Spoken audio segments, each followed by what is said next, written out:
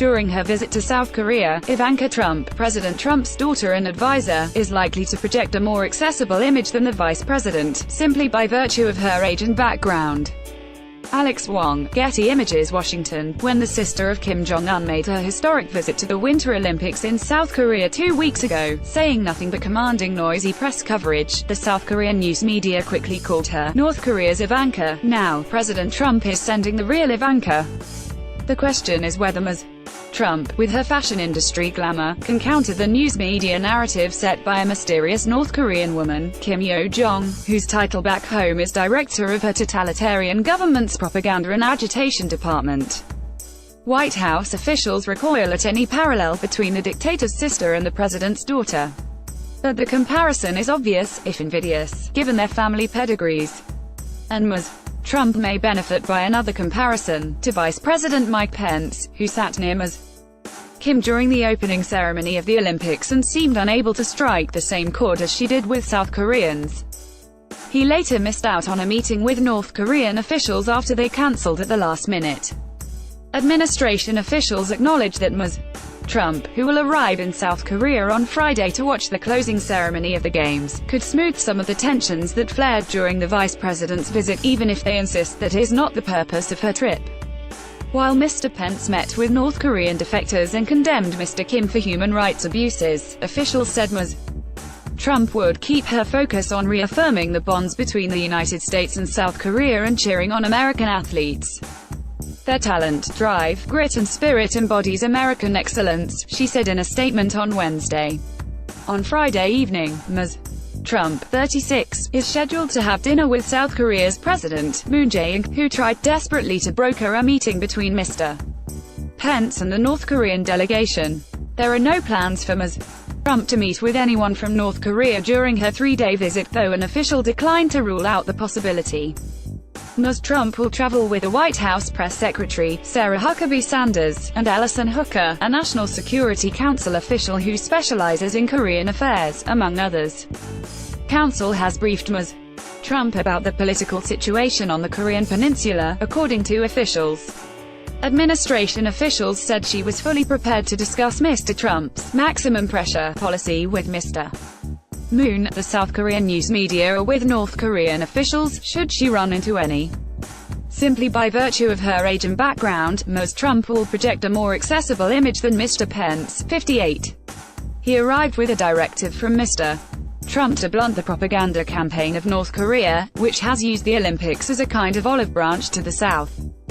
While the president authorized Mr. Pence to meet with the North Koreans, he insisted that any meeting be held privately, away from cameras, and that Mr. Pence deliver the same harsh message in private that he delivered in public. Mr. Pence reinforced his hardline image by remaining seated during the opening ceremony when the audience stood for the unified Korean Olympic team. He ignored Ms. Kim and another top North Korean official, Kim Yong-nam, who were seated behind him in Mr.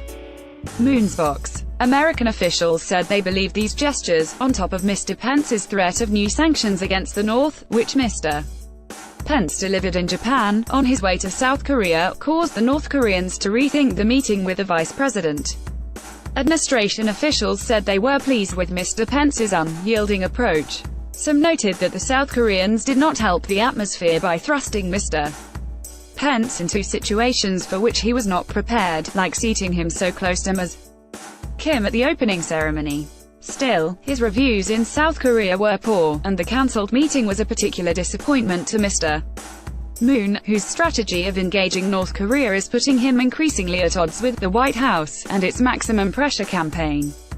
To the extent that North Korea and the United States are engaged in a contest for the affections of the South Korean president, some analysts felt Mr.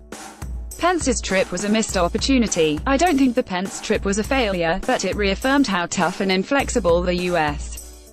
position is, said Evan S. Medeiros, a former Asia advisor to President Barack Obama. It's nice if you can put a velvet glove over the iron fist. While Mr. Medeiros played down the larger implications of Ms. Trump's visit, he said she was likely to be a hit with the South Korean public. I can see her resonating with South Koreans, he said. The decision to send Ms. Trump grew out of a conversation between Mr. Trump and Mr. Moon, officials said, in which the South Korean leader pleaded with the president to send high-level delegations to the opening and closing ceremonies of the Games in Pyeongchang. Mr. Trump turned down Mr. Moon's invitation to go himself, since he had been in South Korea in November. But he agreed to consider sending a family member, like the First Lady, Melania Trump, or his daughter Ivanka. Last month, officials said, the president settled on his daughter, who is also his senior advisor. In some ways, Ms. Trump is a natural fit to attend the Winter Games.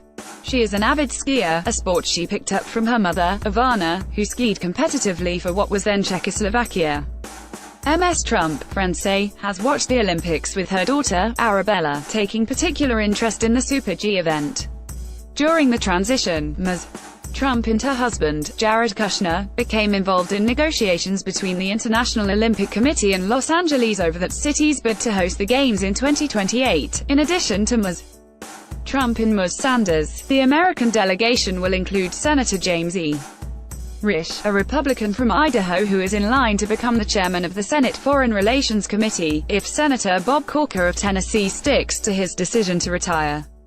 It will also include Gen. Vincent K. Brooks, the commander of United States Forces Korea, and Shauna Robach, an Olympic medalist in bobsledding who serves in the National Guard.